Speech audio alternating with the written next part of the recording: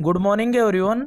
आज है 8 फरवरी 2021 और 8 फरवरी से जितने भी इंपॉर्टेंट क्वेश्चन बनेंगे करंट अफेयर्स के उनको डिस्कस करेंगे डिटेल में इस वीडियो में। तो वीडियो को अंत तक जरूर देखें और साथ ही में भारत की प्रमुख शास्त्रीय भाषाएं भी इस वीडियो में बताया जाएगा। अगर इस चैनल पर वीडियो को पहली बार देख रहे हैं तो चैनल को सब्सक्राइब जरूर कर लें और बेल आइकन को भी प्रेस जरूर करें जिससे कि सारे वीडियो आप तक पहुँच सकें। उसके अलावा आज 1000 सब्सक्राइबर कंप्लीट हो गए हैं, तो आप सभी को हार्दिक शुभकामनाएं और ऐसे ही सपोर्ट बनाए रखें। जो 1000वां सब्सक्राइबर किए हैं उनका नाम है श्री ओम भादुरिया, तो उनका नाम याद रखना है। उनका नाम है श्री ओम भादुरिया। तो ये 1000वें सब्सक्राइबर हैं इस चैनल पर, तो ऐसे ही सपोर्ट बनाए रखें। और वीडियो सुबह मॉर्निंग में 5 बजे अपलोड होता है डेली, तो 5 AM पर वीडियो अपलोड हो जाता है, तो डेली देखिए जिससे कि आपकी करंट अफेयर और स्टैटिक जीके क्लियर हो सकें। तो फर्स्ट क्वेश्चन है आज का, हाल ही में कौन सा राज्य संपूर्ण रूप से ई कैबिनेट लागू करने वाला भारत का पहला राज्य बन गए हैं? तो ये बनाए हिमाचल प्रदेश। तो ये है मुख्यमंत्री जयराम ठाकुर हिमाचल प्रदेश के। अब क्या होगा, जो हिमाचल प्रदेश की जो कैबिनेट है उसकी जो प्रक्रिया है ये पूरी तरह से पेपरलेस होगी, यानी कोई भी कागजी कार्रवाई नहीं होगी, पेपरलेस होगी ये कैबिनेट की पूरी प्रक्रिया। तो ये पहला राज्य बना है हिमाचल प्रदेश संपूर्ण रूप से ई कैबिनेट लागू करने वाला। भारत का नाम इंपॉर्टेंट है, पहला है इसलिए इंपॉर्टेंट है ये। उसके अलावा जब नई शिक्षा नीति आई थी उसको लागू करने वाला भारत का पहला राज्य भी हिमाचल प्रदेश बना था। और नई शिक्षा नीति कस्तूरी रंगन समिति इसकी सिफारिश पे आई है नई शिक्षा नीति 2020 में। उसके अलावा इससे पहले 1986 में आई थी, 34 सालों बाद आई है अब नई शिक्षा नीति 2020 में, ध्यान रखना है। उसको लागू करने वाला पहला राज्य हिमाचल प्रदेश है। उसके अलावा हींग की खेती पहली बार की गई है हिमाचल प्रदेश में, तो भारत का पहला राज्य बना है हींग की खेती करने वाला, ध्यान रखना है। अब ये हिमाचल प्रदेश बनाए तो मैप में दिखाते हैं हिमाचल प्रदेश को। ये रहा मैप में हिमाचल प्रदेश, कैपिटल है इसकी शिमला, यहाँ के चीफ मिनिस्टर हैं जयराम ठाकुर और यहाँ के गवर्नर है बंडारू दत्तात्रेय। उसके अलावा ये क्वेश्चन NTPC में पूछा गया है अभी, केंद्रीय आलू अनुसंधान केंद्र ये कहाँ पे? शिमला में। उसके अलावा केंद्रीय चावल अनुसंधान केंद्र कटक उड़ीसा में। उसके अलावा केंद्रीय वन अनुसंधान केंद्र तो ये कहाँ पे? देहरादून उत्तराखंड में, ध्यान रखना है। उसके अलावा हिमाचल प्रदेश में great Himalayan national park, pin valley national park, Kheerganga national park ये कहाँ पे? हिमाचल प्रदेश में तीनों। उसके अलावा एक इंपॉर्टेंट है रोहतांग सुरंग, तो ये मनाली को लेह से जोड़ती है रोहतांग सुरंग, इसकी लंबाई है 9.02 किलोमीटर और इसी का नाम बदलकर अटल सुरंग रखा गया है। उसके अलावा सिपकिला दर्रा तो ये कहाँ पे है? हिमाचल प्रदेश में। और इसी नदी से, इसी दर्रे से जो सतलज नदी है वो भारत में प्रवेश करती हैं। तो इस क्वेश्चन से इतनी जानकारी मिल जाती है, इसी तरह इंपॉर्टेंट फैक्ट दिए जाएंगे। तो वीडियो को लाइक एंड शेयर करें और चैनल को सब्सक्राइब करें अगर वीडियो पसंद आए तो। अब ये हैं भारत की प्रमुख शास्त्रीय भाषाएं, तो ये डोज 9 है, इससे पहले 8 डोज हो चुके हैं, तो आपने नहीं देखे हैं तो जरूर देख लें उनको। तो भारत में कुल कितनी शास्त्रीय भाषाएं? कुल 6 शास्त्रीय भाषाएं क्लासिकल लैंग्वेज। तो तमिल ये कहाँ की है? तमिलनाडु की है तमिल। उसके अलावा संस्कृत, तो इसका कोई स्पेसिफिक एरिया नहीं है संस्कृत भाषा का, तो इसका कोई पर्टिकुलर रीजन नहीं है, इसका ध्यान रखना है संस्कृत भाषा। उसके अलावा तेलुगु, तो ये आंध्र प्रदेश की है तेलुगु भाषा। मलयालम ये कहाँ की है? केरल की है और ये शास्त्रीय नृत्य है मोहिनीअट्टम केरल का। उसके अलावा उड़िया ये कहाँ की है? उड़ीसा की है। उसके अलावा कन्नड़ ये कहाँ की है? कर्नाटक की शास्त्रीय भाषा है, तो याद रखना है ये। उसके अलावा सबसे पुरानी कौन सी है? इसमें तमिल सबसे पुरानी है 2004 में, सबसे पहले तमिल है सबसे पुरानी। तमिल कहाँ की है? तमिलनाडु की। उसके अलावा सबसे नवीनतम है इसमें उड़िया भाषा, ये सबसे नवीनतम है। और ध्यान रखना है इसके अंदर हिंदी शास्त्रीय भाषाओं में शामिल नहीं है हिंदी भाषा, ध्यान रखना है इसमें। तो सबसे पुरानी है तमिल भाषा और सबसे नवीनतम है उड़िया, याद रखना है। 6 शास्त्रीय भाषाएं। और कल बताए थे शास्त्रीय नृत्य, तो वो नहीं देखे हैं तो वो भी जरूर देख लें। नेक्स्ट क्वेश्चन है, हाल ही में किसके प्रति जागरूकता हेतु दिल्ली बाल अधिकार संरक्षण आयोग ने अब पता चलने दो अभियान की शुरुआत की है? तो वेरी इंपॉर्टेंट है, ये अभियान किए हैं पीरियड्स के प्रति जागरूकता फैलाने के लिए जो दिल्ली बाल अधिकार संरक्षण आयोग है इसने ये अभियान शुरू किए हैं, अब पता चलने दो अभियान। अब ये अभियान क्या होता है? तो ये है ईरा सिंगल, इन्होंने ये अभियान शुरू किए हैं अब पता चलने दो अभियान। तो इसके अंतर्गत क्या होगा, तो इसमें कहा गया है कि जो पीरियड्स होते हैं वो नेचुरल प्रोसेस होती हैं और पीरियड्स के बारे में खुलकर बातें होनी चाहिए। तो यही अभियान अब पता चलने दो, तो यानी पीरियड्स के प्रति जागरूक किया जाएगा इसके अंतर्गत। तो ईरा सिंगल, तो ये ध्यान रखना है दिव्यांग IAS है और फर्स्ट रैंक हासिल की थी इन्होंने, ईरा सिंगल ने, इन्होंने ये अभियान शुरू किए हैं। तो ये पीरियड्स के प्रति जागरूकता फैलाने के लिए अब पता चलने दो अभियान की शुरुआत की है अभी दिल्ली बाल अधिकार संरक्षण आयोग ने, तो याद रखना है। उसके अलावा भी टेम्पोन टैक्स, इसको समाप्त किया था ब्रिटेन ने। तो टेम्पोन टैक्स क्या होता है, जो मासिक धर्म जो उत्पाद होते हैं, मासिक धर्म उत्पाद, उन पर जो टैक्स लगता है उनको बोलते हैं टेम्पोन टैक्स। तो पीरियड्स प्रोडक्ट पे जो टैक्स लगता है उसको समाप्त किया था टेम्पोन टैक्स, ये है ब्रिटेन, आंसर ध्यान रखना है। उसके अलावा पीरियड्स प्रोडक्ट को फ्री करने वाला दुनिया का पहला देश बना था स्कॉटलैंड, तो ये नाम याद रखना है, स्कॉटलैंड पीरियड्स प्रोडक्ट को मुफ्त यानी फ्री करने वाला दुनिया का पहला देश है स्कॉटलैंड। और कल ही बताया था भी स्विच दिल्ली अभियान शुरू किया था भी दिल्ली गवर्नमेंट ने, जो वाहन है उनको इलेक्ट्रिक वाहनों में कन्वर्ट करने के लिए। उसके अलावा दिल्ली के बारे में बताते हैं।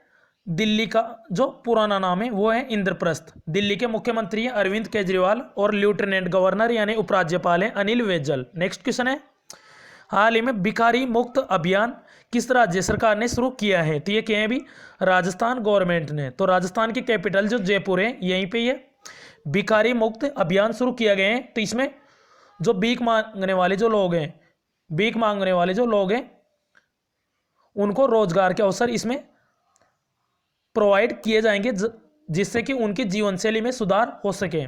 तो उनके लिए ये योजना, और ये शुरू हुई है भी जयपुर में। तो भिखारी मुक्त अभियान अब ये राजस्थान ने शुरू किया है, तो ये रहा मैप में राजस्थान। उसके अलावा जो भूखमरी सूचकांक आया था वो बताते हैं 2020 में, हंगर इंडेक्स आया था उसमें बताते हैं भारत 94 रैंक पे था। ध्यान रखना है, हंगर इंडेक्स 2020 में भारत 94 पे है और फर्स्ट पे था बेलारूस, देश का नाम याद रखना है बेलारूस, और भारत की रैंक थी 94। राजस्थान की बात करें एरिया वाइज भारत का सबसे बड़ा राज्य है राजस्थान, कैपिटल है इसकी जयपुर, और जयपुर यूनेस्को की वर्ल्ड हेरिटेज साइट में शामिल किया गया है जयपुर को। अशोक गहलोत यहाँ के मुख्यमंत्री हैं, गवर्नर है कलराज मिश्र, और इंद्रजीत मोहंती यहाँ के हाई कोर्ट के चीफ जस्टिस हैं। राजस्थान का हाई कोर्ट कहाँ पे है, जोधपुर में। उसके अलावा राजस्थान बाजरा और सरसों इनके उत्पादन में भारत का शीर्ष राज्य है। इनके उत्पादन में Rajasthan Ranthambore national park, Mukundra Hills national park, Keoladeo national park, ये कहाँ पे है, राजस्थान में। उसके अलावा ये परमाणु संयंत्र हैं, Rawatbhata nuclear power plant Rajasthan में। उसके अलावा राजसमंद, सांबर झील, नक्की झील, ये राजस्थान में। सांबर झील से 8.6% नमक का उत्पादन होता है, ध्यान रखना है राजस्थान से। उसके अलावा राजस्थान से कुछ योजनाएं बताते हैं। एक तो मोक्ष कलश योजना, ये भी राजस्थान की है। इंदिरा रसोई योजना, ये भी है राजस्थान की, इसमें 8 रुपये में खाना दिया जाएगा। उसके अलावा कानून बनाकर मास्क को अनिवार्य करने वाला भारत का पहला राज्य बना था राजस्थान। और ये भी वेरी इंपॉर्टेंट क्वेश्चन है, हाल ही में भारत और अमेरिका के बीच युद्ध अभ्यास, जो ये अभ्यास है इसी का नाम है युद्ध अभ्यास ही है इसका। तो ये भारत और अमेरिका के बीच इसका 16वां संस्करण आयोजित किया जाएगा अभी 8 फरवरी को। तो 8 फरवरी से लेकर 21 फरवरी तक आयोजित होगा। और ये कहाँ पे आयोजित होगा, तो ये राजस्थान के बीकानेर में आयोजित होगा, ध्यान रखना है राजस्थान के बीकानेर में। ये युद्ध अभ्यास है किन किन देशों के बीच होता है ये पूछा जाता है, तो ये है भारत और अमेरिका के बीच में। और कहाँ पे होगा, तो यह होगा महाजन फील्ड रेंज, बीकानेर में महाजन फील्ड रेंज, यहां पे होगा ये अभ्यास बीकानेर में, ध्यान रखना राजस्थान के बीकानेर में। और राजस्थान के बारे में अभी बताया था। उसके अलावा भारत और अमेरिका के बीच में कौन कौन से अभ्यास होते हैं, एक होता है कोप इंडिया होता है, एक होता है वज्र प्रहार, भारत और अमेरिका के बीच में, वेरी इंपॉर्टेंट है। और अभी एक अभ्यास हुआ था भारत और फ्रांस के बीच में, जोधपुर में हुआ था, एक्सरसाइज डेजर्ट नाइट 21, और इसमें राफेल विमान पहली बार भाग लिया था। और राजस्थान के बारे में अभी लास्ट क्वेश्चन में बताया था। नेक्स्ट क्वेश्चन है, हाल ही में किस मंत्रालय ने प्रधानमंत्री स्वनिधि योजना, तो इसकी फुल फॉर्म है प्रधानमंत्री स्वनिधि योजना की, तो इसकी फुल फॉर्म है प्रधानमंत्री स्ट्रीट वेंडर्स आत्मनिर्भर निधि योजना। तो इसके तहत जोमेटो के साथ समझौता किया है अभी आवास एवं शहरी मामलों के मंत्रालय ने। ये कौन है मंत्री? इसके मंत्री हैं हरदीप सिंह पुरी। तो ये आवास एवं शहरी मामलों के मंत्री हैं और इन्होंने जो पीएम स्वनिधि योजना है इसकी शुरुआत हुई थी 1 जून 2020 को शुरुआत हुई थी। जो ठेले वाले होते हैं उनको 10,000 रुपये का इसमें लोन दिया जाएगा। जो ठेले लगाए होते हैं, जो रेडी पटरियों पर जो ठेले लगाते हैं उनके लिए है ये स्वनिधि योजना। उसी ने जोमेटो क्या होता है? तो जोमेटो एक फूड डिलीवरी प्लेटफॉर्म है एक। तो ये फूड जो भोजन होता है उसको डिलीवर करने का काम करता है जोमेटो, ध्यान रखना है। तो इसमें क्या होगा? तो ये जोमेटो, तो इसमें क्या होगा? जो रेडी पटरी वाले जो खाना बनाते हैं, जो ठेला वाला जो खाना बनाते हैं उनको जोमेटो के थ्रू डिलीवर किया जाएगा, जिससे कि उन वेंडर्स, स्ट्रीट वेंडर्स को भी रोजगार मिल सके। तो इसी के लिए समझौता किए हैं जोमेटो के साथ आवास एवं शहरी मामलों के मंत्रालय ने। हरदीप सिंह पुरी ये मंत्री हैं। उसके अलावा शिक्षा मंत्रालय कौन है वर्तमान में? रमेश पोखरियाल निशंक। गृह मंत्री हैं वर्तमान में अमित शाह। कानून मंत्री हैं रविशंकर प्रसाद, ध्यान रखना है। नेक्स्ट क्वेश्चन है, हाल ही में वेरी इंपॉर्टेंट है ये क्वेश्चन, भारत में गूगल क्लाउड का प्रबंध निदेशक यानी एमडी किसे नियुक्त किया गया है? तो ये नियुक्त किया गया है विक्रम सिंह बेदी। तो ये करण बाजवा का स्थान लिया है विक्रम सिंह बेदी ने। और ये गूगल क्लाउड जो ऑनलाइन जो डाटा स्टोर होता है वो होता है गूगल क्लाउड पर। तो जो डिवाइस होता है उसका जो डाटा होता है उसको ऑनलाइन सुरक्षित रखने का काम होता है गूगल क्लाउड का। तो इसी का भारत में प्रबंध निदेशक अपॉइंट हुए हैं विक्रम सिंह बेदी और ये करण बाजवा का स्थान लेंगे, नाम याद रखना है। उसके अलावा गूगल के बारे में बताते हैं। गूगल वेरी इंपॉर्टेंट है, कई बार एग्जाम में पूछा जाता है। गूगल की स्थापना हुई थी 1998 में। इसके संस्थापक है सर्गेई बिन और लैरी पेज, इन दोनों ने इसकी स्थापना की थी। उसके अलावा गूगल का हेडक्वार्टर कहाँ पे? कैलिफोर्निया में। और इसके जो सीईओ हैं गूगल के सुंदर पिचाई, और गूगल की पेरेंट कंपनी है अल्फाबेट इंक, इसके भी सीईओ हैं सुंदर पिचाई। गूगल और अल्फाबेट इंक दोनों के सीईओ हैं सुंदर पिचाई। तो अल्फाबेट इंक ये गूगल की पेरेंट कंपनी है, ध्यान रखना है, वेरी इंपॉर्टेंट है। उसके अलावा जो ऑप्शन में दिया है अभी जो एसएन सुब्रमण्यम ये राष्ट्रीय सुरक्षा परिषद के अध्यक्ष बने थे भारत के नए। उसके अलावा एनडी जेसी, तो ये अभी अमेजोन के जो सीईओ हैं वर्तमान में जेफ बेजोस, उन्होंने नया सीईओ अपॉइंट करने की घोषणा की है एनडी जेसी को अमेजोन के, ध्यान रखना है। नेक्स्ट क्वेश्चन है, हाल ही में आपात स्थिति के दौरान महिला यात्रियों की मदद हेतु locate nearest police station application किस मंत्रालय ने शुरू किया है? तो ये क्या है? गृह मंत्रालय ने। तो गृह मंत्रालय के अंतर्गत आता है NCRB, national crime and record bureau.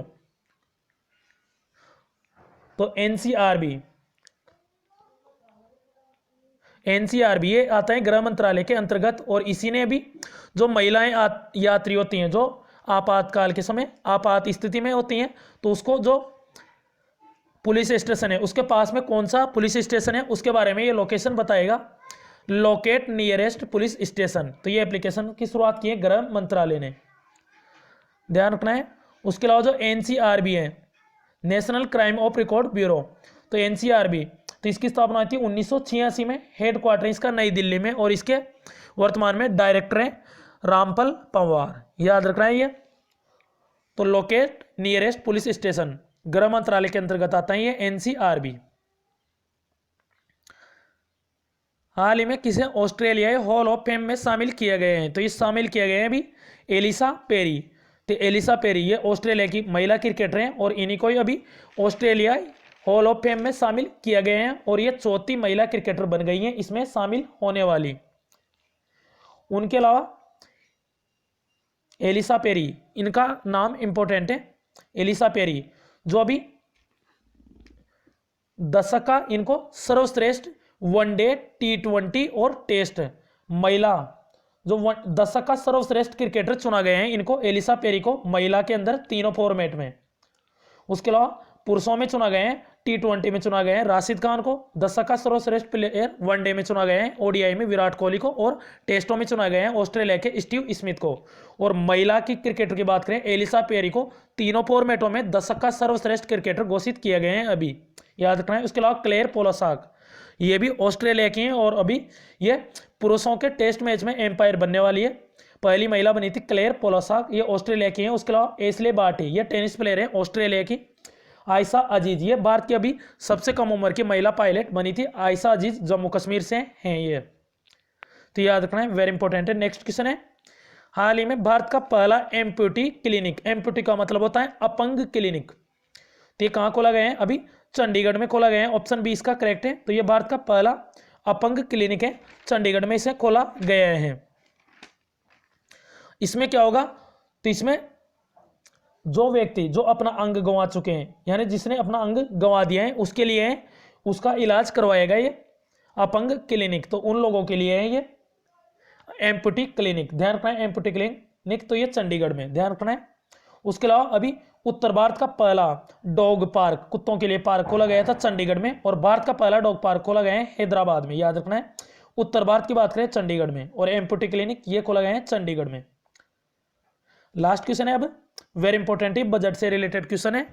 हाल ही में घोषित बजट में केंद्र सरकार ने किस उम्र के वरिष्ठ नागरिकों को आयकर दायित्व दाखिल, जो टैक्स होता है उसको करने से छूट प्रदान की है?